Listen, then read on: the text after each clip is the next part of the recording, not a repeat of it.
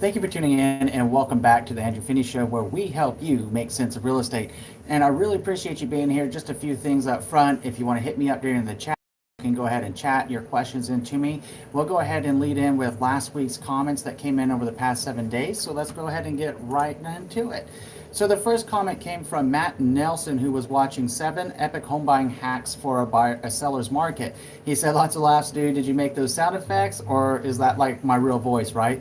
So Matt, I really appreciate your good sense of humor on that. So what happened is while I've been making all of these videos, over 400 now, helping people make sense of the real estate process, I had tried some different things out, Matt, and I had interjected some different sound effects and stuff like that, thinking that it might make it a little bit more fun. So that's what it was. It wasn't my real voice, and more than likely, so it was one of those things. Your Real Estate Whisperer, good afternoon. Thank you so much for tuning in today. Really appreciate you. If you have any questions, just let me know. And then we have Chris D. He was watching Rent to Own Homes Pros and Cons, and he asked, what are the costs to get a lawyer to check if there are any problems on a home, etc.? I would get a home inspection, and what else would I need to do? Title search is done by the lawyer, correct? So Christy, thank you so much for reaching out, and thank you so much for watching that video and your great question. In short, to find out how much an attorney would cost in your area, simply Google them and find out and see how much they're going to charge. Attorneys charge different fees, of course, so just ask them. It's going to depend on the scope of work that you're looking to get done, and it's going to depend on what you're asking them to do. Yes, they can perform a title search, but that is the job of a title officer as well. You'll just want to ask that attorney and see what it is that they do as it pertains to a rent-to-own home. You're a Real Estate Whisperer. I would love to collaborate a video with you. Sounds good. Let me know. Hit me up. My contact information is in the show more description below. Send me a direct email, please, and I'll be happy to chat with you about doing a collaborative video to help our audience and help our people continue to learn and grow even more with real estate. So really appreciate you reaching out, Real Estate Whisperer. Looking forward to hearing from you. Okay, Clarence Alexander was watching New Homeowner Tips, 8 Things to Do First. He says, call me a germaphobe, but the toilet seat is always the #1 thing to replace, and great idea on the locks. Thank you. Clarence, thank you for watching that video. I'm glad that you found it useful, and I'm glad that you found as much humor about changing out the toilet seats as I do. I mean, it's one of those things that we really don't think about, but somebody else put their butt on it, and you kind of want to make sure that it's only your butt and your family's butt going on the toilet seat, right? So it's kind of fun that way to think about it, and it is one of those things that mean a lot to us. So whether you're germaphobe or not, you might want to change out the toilet seat. It's one of the quickest things that you can do as a new homeowner and give yourself a little bit of peace of mind.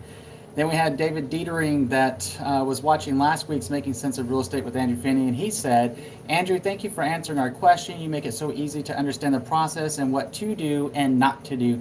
David, thank you so much. It really means a lot to me. That's why we go live, and that's why I make these videos, is to help people. So, I really, really appreciate you sharing your input with me, that it was very useful to you, and also the kudos that I make it easy for people to understand things. That is the goal. Real estate does not have to be difficult. It is something that we can do together, and it's something that we can learn and grow together with to help people make smart and wise real estate decisions. Robert Taylor, hey Andrew. Well, hey Robert, thank you for tuning in today. Really appreciate you being here. If you have any questions, let me know. Let's see, Nancy Desch was watching Someone Wants to Buy Your Home, but it's not for sale. What to do? So Nancy was commenting about her home. So she says, I live in a modest neighborhood in a 1945 bungalow, which I own outright. I keep getting these letters and postcards insinuating that we can't unload these dumps, so we'll give you cash for your rundown dumps. I find the whole situation very, very insulting, and I know that these people drive prices down, not up. So if I was in the market to sell my sweet little house with garage, mini barn, and 8,000 square foot, fully fenced in yard, I wouldn't get what it's worth because of these we buy house scams. These people are ruining the housing market, not just the economy. These are greedy leeches who prey on people who don't live in McMansions. I live way below my means, and what do I get for this? Insulting postcards in the mail stating that my house is so bad, in such a bad location, and is so awful that we will take this disaster off your hands. So, Nancy, I'm really sorry, number one, that anybody would ever approach you that way. That is not that's not the right way to approach people. I mean, it's a little bit of common sense here. Respect and dignity is what it's about. And, you know, I know some of those homes that you're talking about in the 1945 bungalows, and some of those are really, really, really nice homes. And like you said, you own it outright, and you shouldn't be spoken to in that way. So I definitely appreciate you sharing your opinions and your thought process with us about when you see those We Buy House scams, because in many cases they are a scam. It's just somebody trying to get you to unload your home for far less than you could otherwise get. And I would like to throw something out here, because it's on my thought process to make some other videos about like OfferPad, Open Doors, Zillow Instant Offers and such. Hit me up in the comment section below and let me know if that's something that you want to see, because the way that those companies really work is they're offering sellers a lot less for their home, and yes, they're going to buy them cash, but there's going to be less than what you could get if you worked with a traditional real estate agent, and then you'd be able to get more money out of your home. What happens with those companies and how they end up making money at the end of the day is they charge you a convenience fee, and that convenience fee here in Las Vegas, for what we're seeing so far from companies like Open Door and OfferPad, so far those commissions could be as high as like 12 to 15% of the overall amount. And I don't know of any real estate agent at any price point that takes 10% or greater listings. In fact, most of them are going to be significantly less than that. I mean, normally you can't really say what a normal commission is because it's technically all negotiable, right? But it seems like a lot of people list in between 6 and 8% in Las Vegas, and it might be the same in your marketplace as well. So when you start talking about these companies with charging you a convenience fee of 10, 12, 14, 15% or more, and undercutting your price of what you could have got for fair market value, that sucks, and it's not the right thing to do. The way that those companies make money is, number one, you're paying them to take it off your hands for a convenience of selling the property to them for cash, right? And then what happens is then they're going to hit it down low. They're going to go in, do a really inexpensive flip of the property and put it right back on the market, and they're going to try to sell it at fair market value. So it's one of those things to really think about, get real about. I mean, people think people are stupid, and the last time I checked, and it's something that's been going through my mind lately, so I might as well share it with you. It's always kind of interesting when people say, oh, people are stupid, right? Because if you really start thinking about that to the next logical level, and someone says you're stupid, right, or says people are stupid, at some point people are talking about us as people. They're talking about us being stupid as opposed to everybody being stupid, because we're all people. So as opposed to thinking that people are stupid and putting that kind of energy in the universe, why not believe that people are smart? That was one of the reasons that I made this YouTube channel, is because I believe in you, and I believe that you're smart, and I believe that you want to make the right decision that's best for you and your family. If you only had accurate advice and you only had transparency into the real estate process. So my driving motivation, my driving passion is to help give that to you so that you can make smart real estate decisions and you can make sense of the real estate process without anyone treating you less than, because you're worth more than that. You're, from my vantage point, you're worth everything. The respect, you know, the honor, the dignity, and everything that I believe in and hold dear on my team, honor, integrity, and performance. This is what it's about. We're all people, we're all smart, and all we need is a little bit of guidance sometimes when we're dealing with situations we don't know. I can't walk into a doctor's office and tell them how to do their job. They went to school for that. I lean on their professional advice. You lean on us as trusted real estate advisors for our advice to help you make smart decisions. And it really sucks when people think that people are stupid, such as these big companies like this Open Door and OfferPad and Zillow Instant Offers and iBuyers and everything else. At the end of the day, they're going to end up biting people in the butt, and that's what really sucks. And in a few years, people are going to realize they got screwed over, and they're not going to be very happy. It's a whole different tangent for a whole different type of video another day, but obviously it's one that gets me heated pretty quick. Robert Taylor, my brother and I are planning on investing in 4 family units. We currently have a joint bank account. We can each purchase a property separately using the funds in the account as asset or will.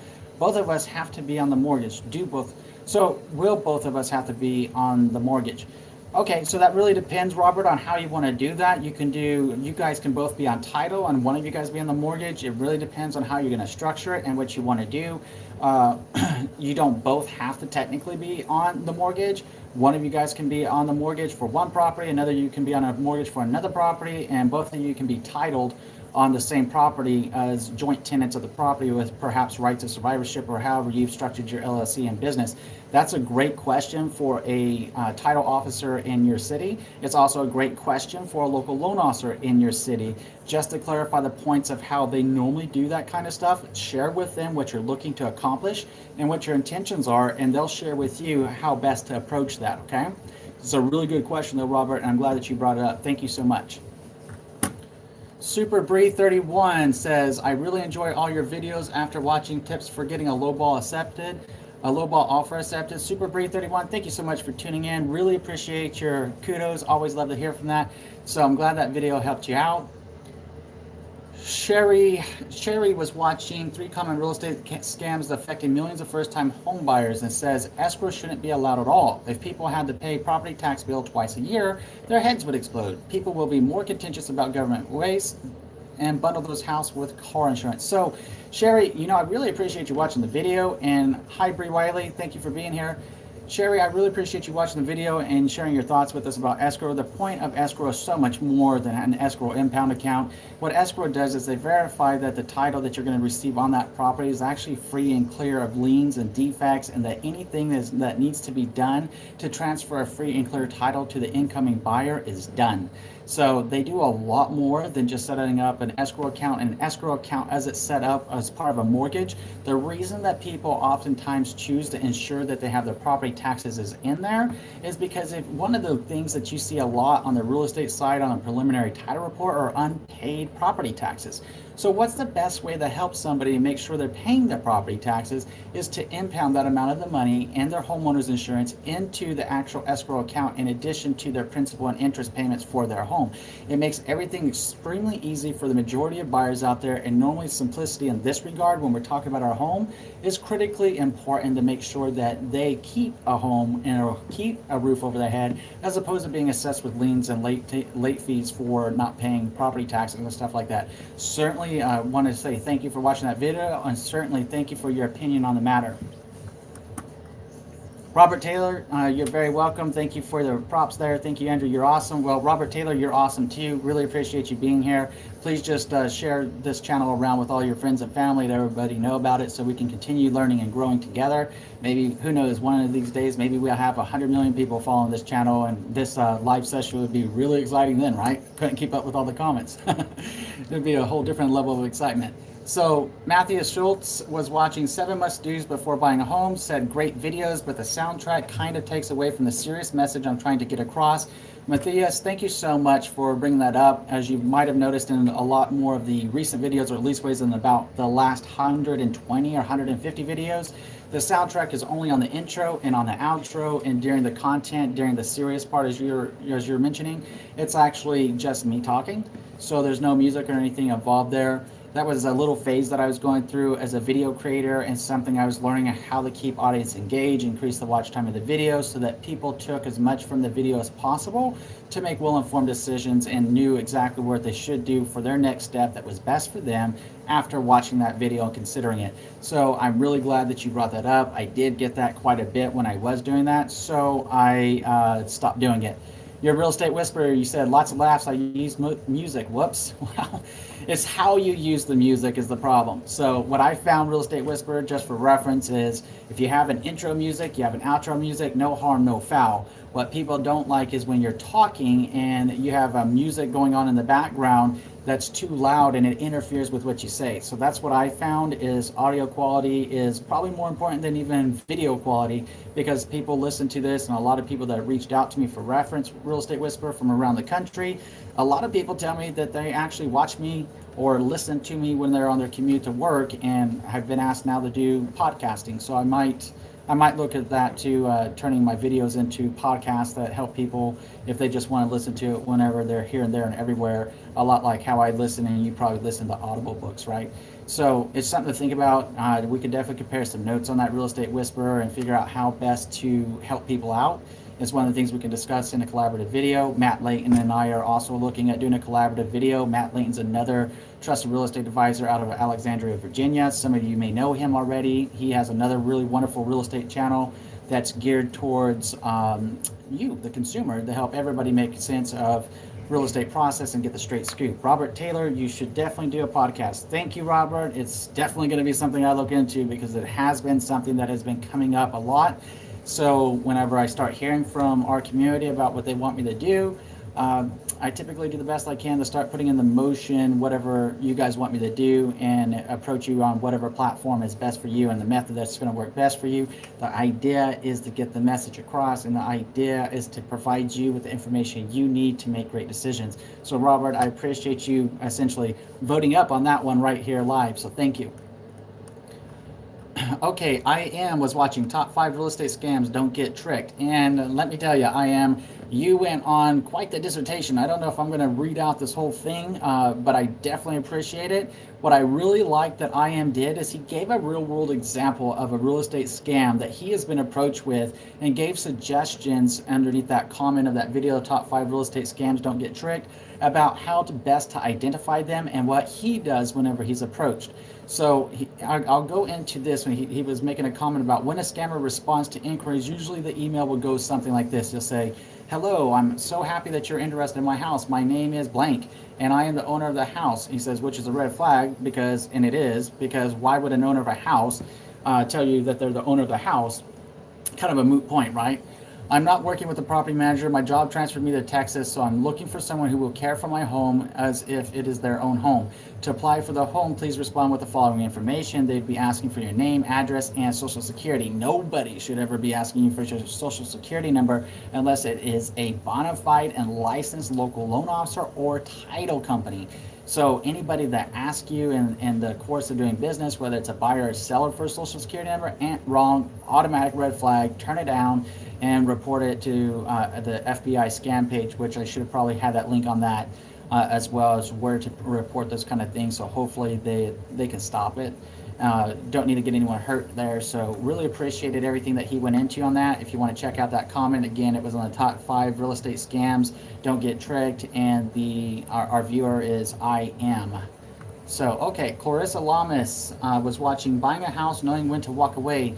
Clarissa says, your videos have been so helpful to me as I started this process. Getting pre-approved was the easiest part. My offer has been accepted, so here we go. Thanks for sharing your knowledge. P.S. I have a crush on you. Wow.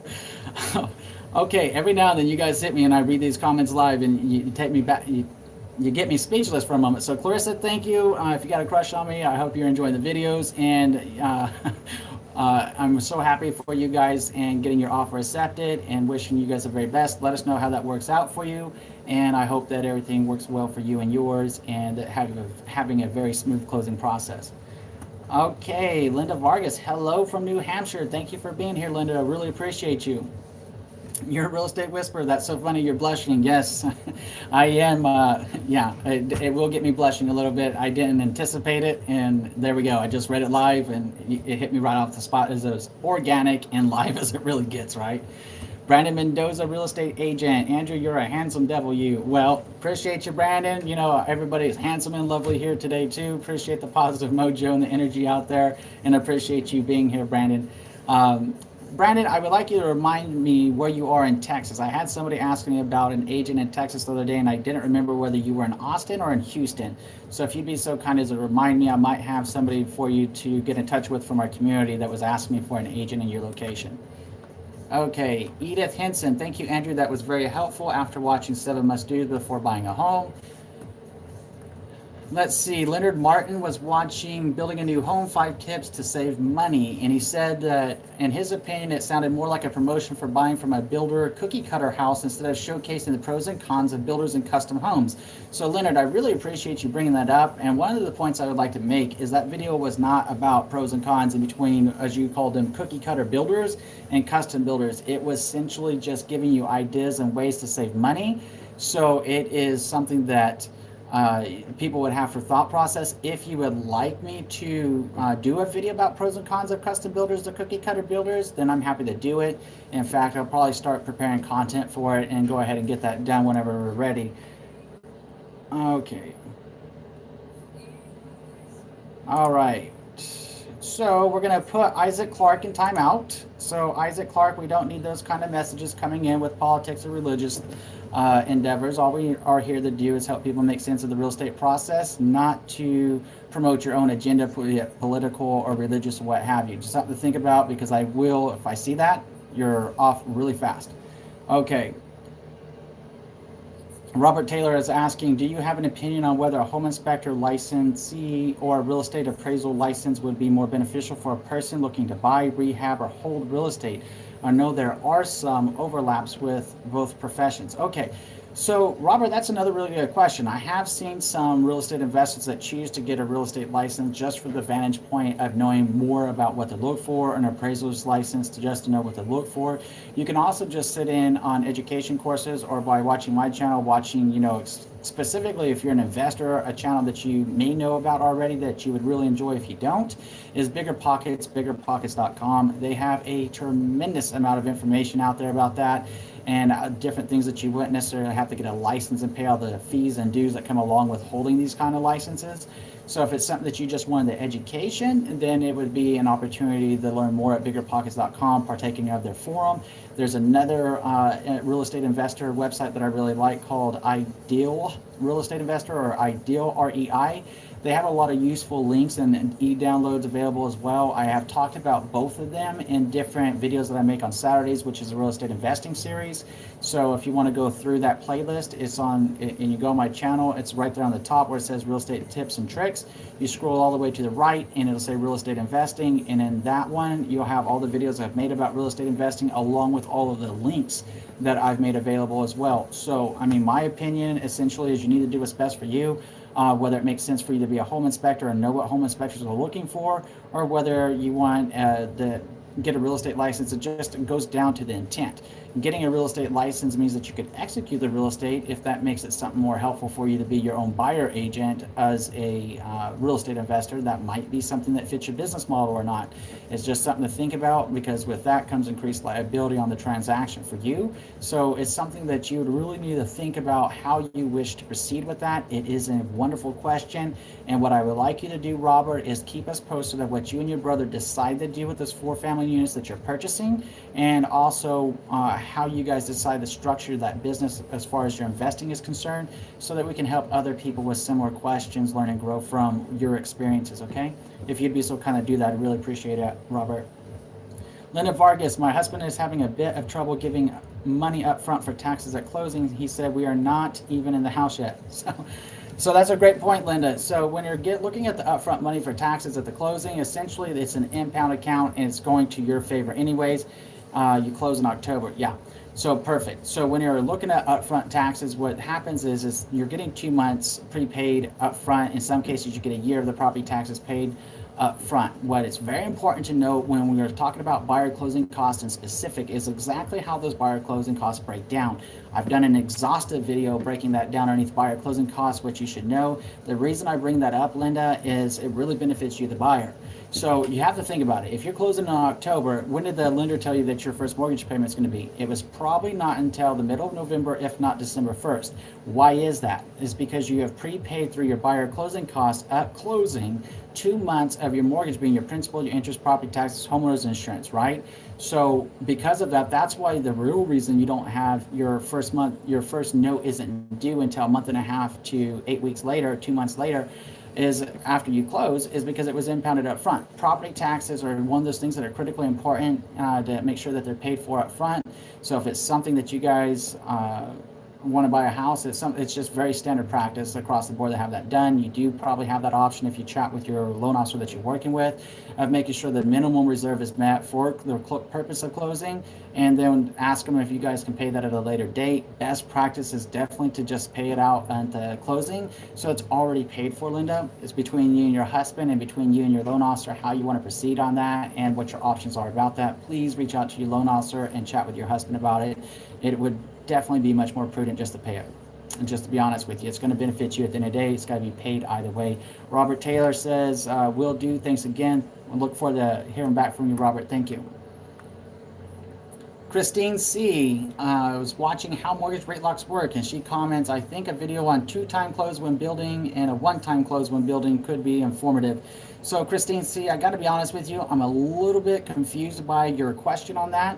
As far as what we're talking about, 2-time close or 1-time close, I'm a little bit, I don't know where that question is, and I don't completely understand your question. If you could clarify it for me, I'd really, really appreciate it. Because when you say 2-time close, the first thing that comes to my real estate brain is that you might be talking about a sell-buy situation. If that's the case, I have made several videos on how best to do the sell-buy situation, whether it's new construction, resale, what have you. If you're talking about a one-time close, are you talking about a first-time home buyer? Are you talking about one home loan, two home loans, custom build, new standard new construction builder? I need a little bit more insight on that question to be able to best help out. But either way, thank you for watching that video and thank you for that question. Look forward to hearing back from you, Christine, about how you want me to, what you want me to address in specific. Linda Vargas, thank you. You are very clear. The way you explain things makes sense. Thank you, thank you, thank you. You're very welcome, Linda, and thank you, thank you, thank you for being here from New Hampshire today and watching our channel as well. Please do share it with your family and friends and get the word out about this channel and help our channel continue to grow. The more people we can help, the more that we can spread the love, the more people are going to make smarter real estate decisions that are ultimately going to benefit them. So really appreciate you being here. Really appreciate your props. Okay, let's see. Mirabeau commented about how mortgage rate locks work. Mirabeau said, great video and very informative for future buyers. Less speed would also make sure that info seems them better though. All in all, thanks for a great video. Mirabeau, my rate of speech does tend to be a little bit quick. It is something I am working on trying to slow down a little bit. So it'll be maybe a year from now, I might get it right. 2 months from now, next video, I don't know, which is one of those things. I am consciously aware of it and I'm consciously working on the rate of speech to try to get it down to the right level. As a pro tip, you know what you could do is there's that little settings icon on YouTube. You can actually slow me down through the YouTube playlist setting, and if you wanted to, if I'm talking too fast, then go ahead and slow it down using that little gear icon. Your Real Estate Whisperer, I have heard you heard a 45-day holding period. I heard this is for a first time for some clients in Canada. We don't have that here. 45-day holding period. Okay, so when you're talking about a 45-day holding period, Real Estate Whisperer, what are we referring to exactly with a 45-day holding period? So I'm going to have to look into that because right off the top of my mind, it doesn't appeal to any of my senses of what that could possibly be. So let me know and share some insights, send me an email on it or whatever, and I can look into it further and see what that's about. But either way, thank you for bringing that up. Learn something new every day. Oh, you have no idea it was new to you too. Well, that's when we turn to Google and start getting some answers, because that's what I'll do next. Is once we end this live sessions, I will start researching what a 45-day holding period is in real estate and maybe learn something new today. So appreciate you bringing it up, and if it's something that might be noteworthy in a video, then I'll end up making a video about it if it's something that's strong enough of a topic.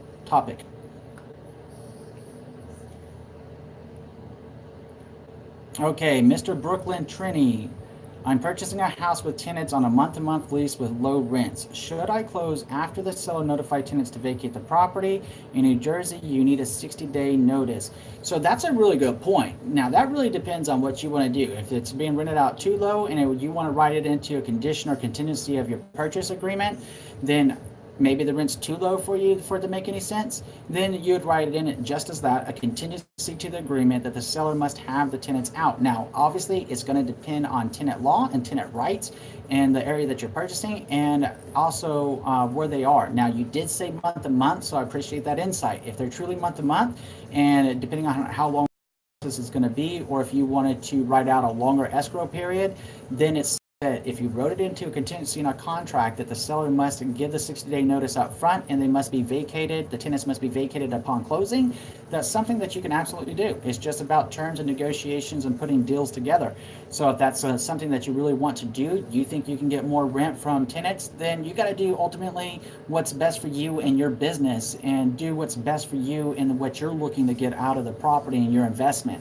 Ultimately, the choice is yours, and again, really goes down to what do you want, and being very clear on why you want it, and being very clear on your action steps to get it and make it a reality for you. Great point, great question. Definitely appreciate the insights and appreciate you being here today. Thank you. Okay, Coleman was watching 9 questions to ask your mortgage lender. Coleman says, wow, extremely informative. Thank you so much, Coleman. I'm glad that you took a lot out of that video about 9 questions to ask your mortgage lender. There's a lot of wonderful questions you always want to ask a mortgage lender, and ideally you're able to find yourself a local loan officer. They're generally going to be the better cream of the crop loan officers that are going to know everything about your specific area, any specialized loan programs, and how to make those work. Okay. And then we have Finney was watching how mortgage rate locks work. He said, I wish I could do a rate lock. We are about to have our house built. We got a verified approval and the interest rate is 4.63%. If we close in 60 days, okay, we won't be able to close for 120 days or so from this upcoming Wednesday, so from today. I'm worried that the interest rate will be well over 5% by mid-January 2019. Very real concerns, very valid points, Affinity, so appreciate you bringing that up. Now, in that video, you'll notice that I did talk about the possibility that some lenders may have a 180-day rate lock. You might want to talk to the local loan officer, the builder's lender, or whomever you're working with there, and ask them how much the rate lock costs for a 6-month rate lock, or ask them for a 4-month rate lock, and find out if that's going to be something that works for you. If it's something that works for you, perfect. If you need a second opinion on it, contact a local loan officer, ask them about how that would work. You could rate lock. It's going to cost you money, as I talked about in that video. Everything costs money. They're not going to give it to you for free, but knowing whether it's going to be beneficial to you or not, depending on what your goals for that property are and how significant the interest rate is to you on your monthly payment, is something that you definitely want to explore and something that you definitely want to chat about with your loan officer. Please do that. Please talk to them. They might just have one for you. Robert Taylor says, what if the loan used to purchase the home is FHA and the tenants have to lease? It's a very good question. How do I get occupancy of one of the units to satisfy the FHA requirements? Okay, Robert, so here's something really cool. I really appreciate you bringing this up. I'm actually working with a gentleman here in Vegas right now. So you're essentially now, and please correct me if I'm mistaken here, but what you're describing here, Robert, is house hacking. Your intent to become a tenant of one of the, you intend to own the property and rent out the other unit, right? That's a form of house hacking. And yes, you can do that with FHA, but yes, you will need to make sure that at least one of those tenants, correct. Thank you, Robert. So that's exactly what you need to do. And FHA is an owner-occupier loan, so you'll need to be able to take possession of one of the units to live in as your primary residence within 60 days in many cases. That's the rule. Talk to your local loan officer just to double check that, but most of the time 60 days from the date of closing. So if it took 60 days to close on the property, you would have a total time from the time you made the offer on the property to the time that you closed on the property was 60 days. You'd have another 60 days. On that 60th day, Robert, you would need to be residing in one of those units. So it's something that you need to know what the tenant contracts look like. Ideally, your trusted real estate advisor that you're working with would be writing it into the contract to get a copy of the lease agreements, whether it was month to month or what contract that the tenants had beforehand. So you know what kind of tenant you have in there. You get the tenant's information, make it a contingency of the purchase agreement itself so that you know. And also you can write it in as a contingency to make sure that they get one of the tenants out so that you can take primary ownership of that property and live and reside in one of those so that you stay compliant with the FHA guidelines. That is a really, really cool question. I'm actually going to be, Vice Media had reached out to me a couple months ago about a possibility of doing a spot for them about buying a house with friends. It's a video that the Vice Media had reached out or had watched on the YouTube channel. One of the producers reached out to me, asked me about it. It didn't end up going anywhere with that one, but this is one that I really want to do specifically since I have another gentleman that contacted me from YouTube that we are working on house hacking right now.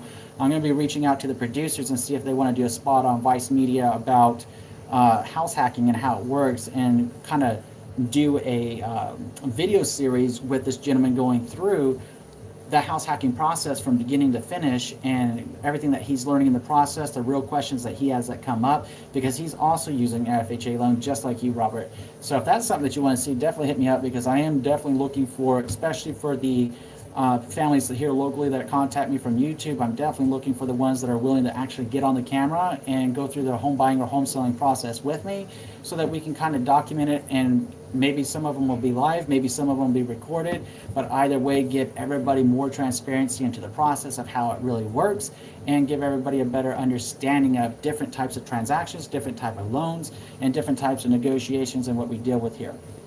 Robert, very good question. Again, put it into your contract. Simple and sweet. Get it into your contract. If there's long-term leases on the property, then you're going to need to find another one.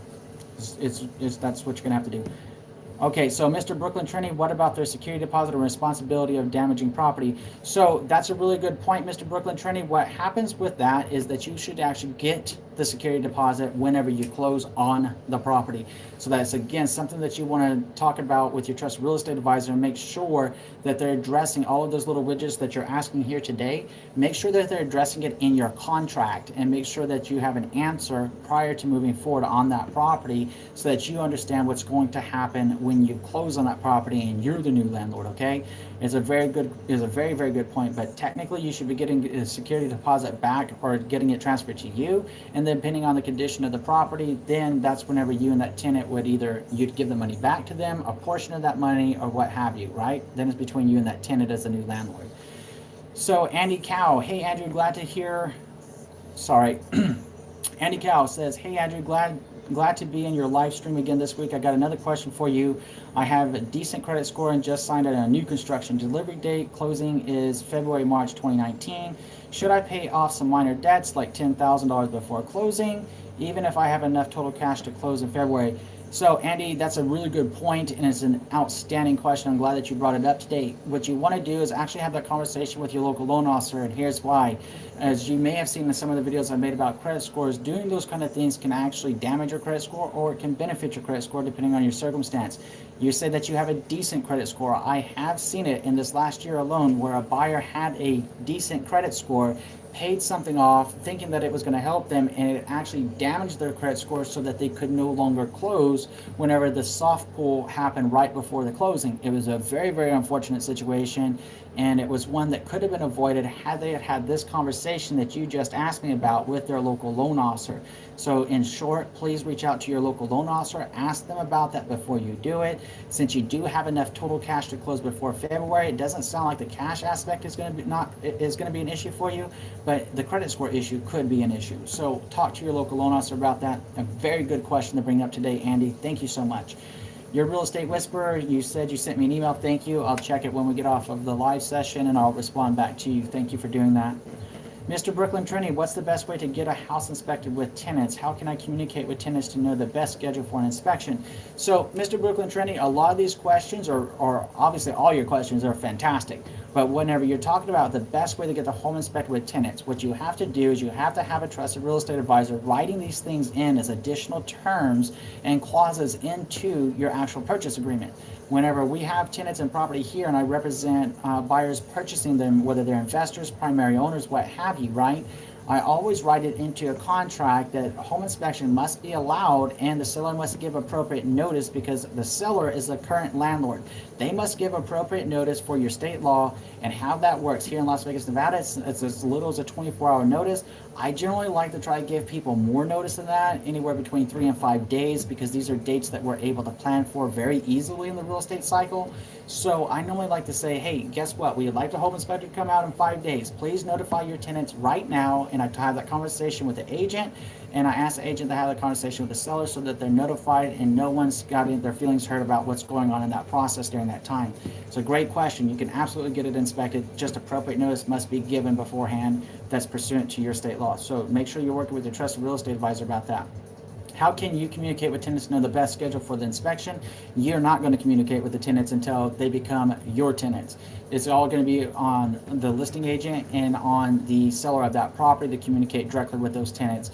So that's the job of your buyer agent that's representing you. It's the job of the listing agent to make sure they're having that conversation and guiding the seller through the process and making sure all those dates are understood, and to essentially give out a timeline of what the tenant can expect and make sure advance notice is given, and then coordinating the schedule from there. It's a very, very good point, MrBklynTrini, and I'm really happy that you brought that up.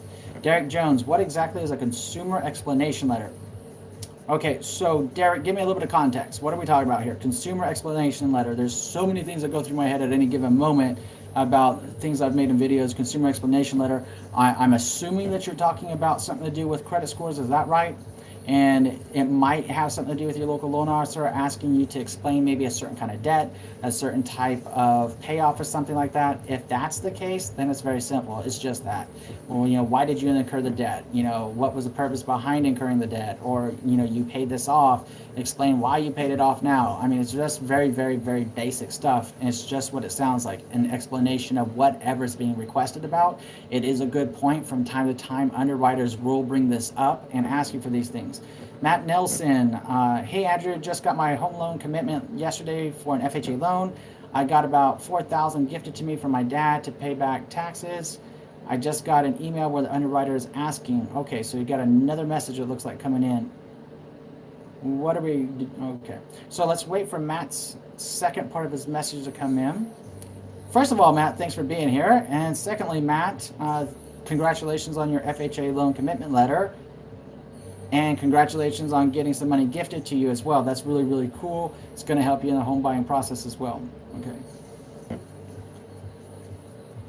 Oh, okay. So the underwriter is asking what is the source of a deposit for a deposit in his account on 7/30. Okay, so when you're talking about, maybe this goes back to Derek Jones' point as well with the consumer explanation letter. So when you're getting gifted funds, there has to be a gift letter showing that your parent is giving you the money and they're not going to be asking you to pay it back. Hence the word gift. They cannot have it any understanding. They have to have to understand they're giving it to you and they can't be recouping it from you. It's not an agreement to repay.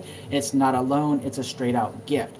So that would be the purpose of the underwriter asking that. If they saw a deposit in your father's account on July 30th, you mentioned your grandma passed away and he got funds from your uncle, perfect. So what happens then with your grandma passing away and he got money from the uncle, then that's what the underwriter is looking for. Just say, hey, unfortunately, in your father's case, my mother passed away and I received some money from her life insurance or as a part of an inheritance, and that would be satisfactory information for the underwriter and more than likely just to justify that. So what they're doing, the underwriter is doing, they're essentially looking at anything that's not normal deposits or normal withdrawals and asking for an explanation of what happened on that specific date and time with either the deposit or with the withdrawal from the account. It's a very good point, and you did use a gift letter. Perfect, Matt. So you're in great standing then, and you're doing everything right. Glad to hear everything's working out for you, Matt. Super excited for when you tell us that you get the keys to your home. Thank you. I was worried about that. Lots of laughs. Don't worry about it. It's nothing scary. Everything in real estate is just about open dialogue, open and honest communication, whether it's with your trust real estate advisor, your title officer, or your local loan officer. That's what it's all about. The more honest and upfront you are, the easier we as professionals can turn around, assist you, guide you, and go ahead and say, okay, this is the situation. This is the gift letter. Oh, okay. Your father got some money from an inheritance. Okay, this is what we need your father to do, is write a letter saying where he got the money from, and it's all well and good. Okay. So Derek Jones, I was just asked that while I was here watching your video. I think you answered it. Thanks. Okay, Derek, thank you so much. Really appreciate it. I'm glad that you got asked a question whenever you're watching the video live. Tell them to tune in too and hit me up with a question too. Really great. Your Real Estate Whisperer, I got to run. Thank you, Andrew, for all you do. You're so very informative. Well, Real Estate Whisperer, appreciate you being here and hope you enjoy a wonderful day. Speaking of gotten to run, we've been live today for almost 42 minutes, so I'm going to go ahead and wind this down. And in between now and next time, just hit me up in the comment section below. Let me know what you're thinking about and what questions you may have in between this time now and this time next week when we go live again next Wednesday at 11 a.m. Pacific Standard Time. And of course, in between now and next time, I'm wishing you and yours a lifetime full of love, wealth, abundance, and happiness. Thank you for watching, team, and enjoy an amazing day.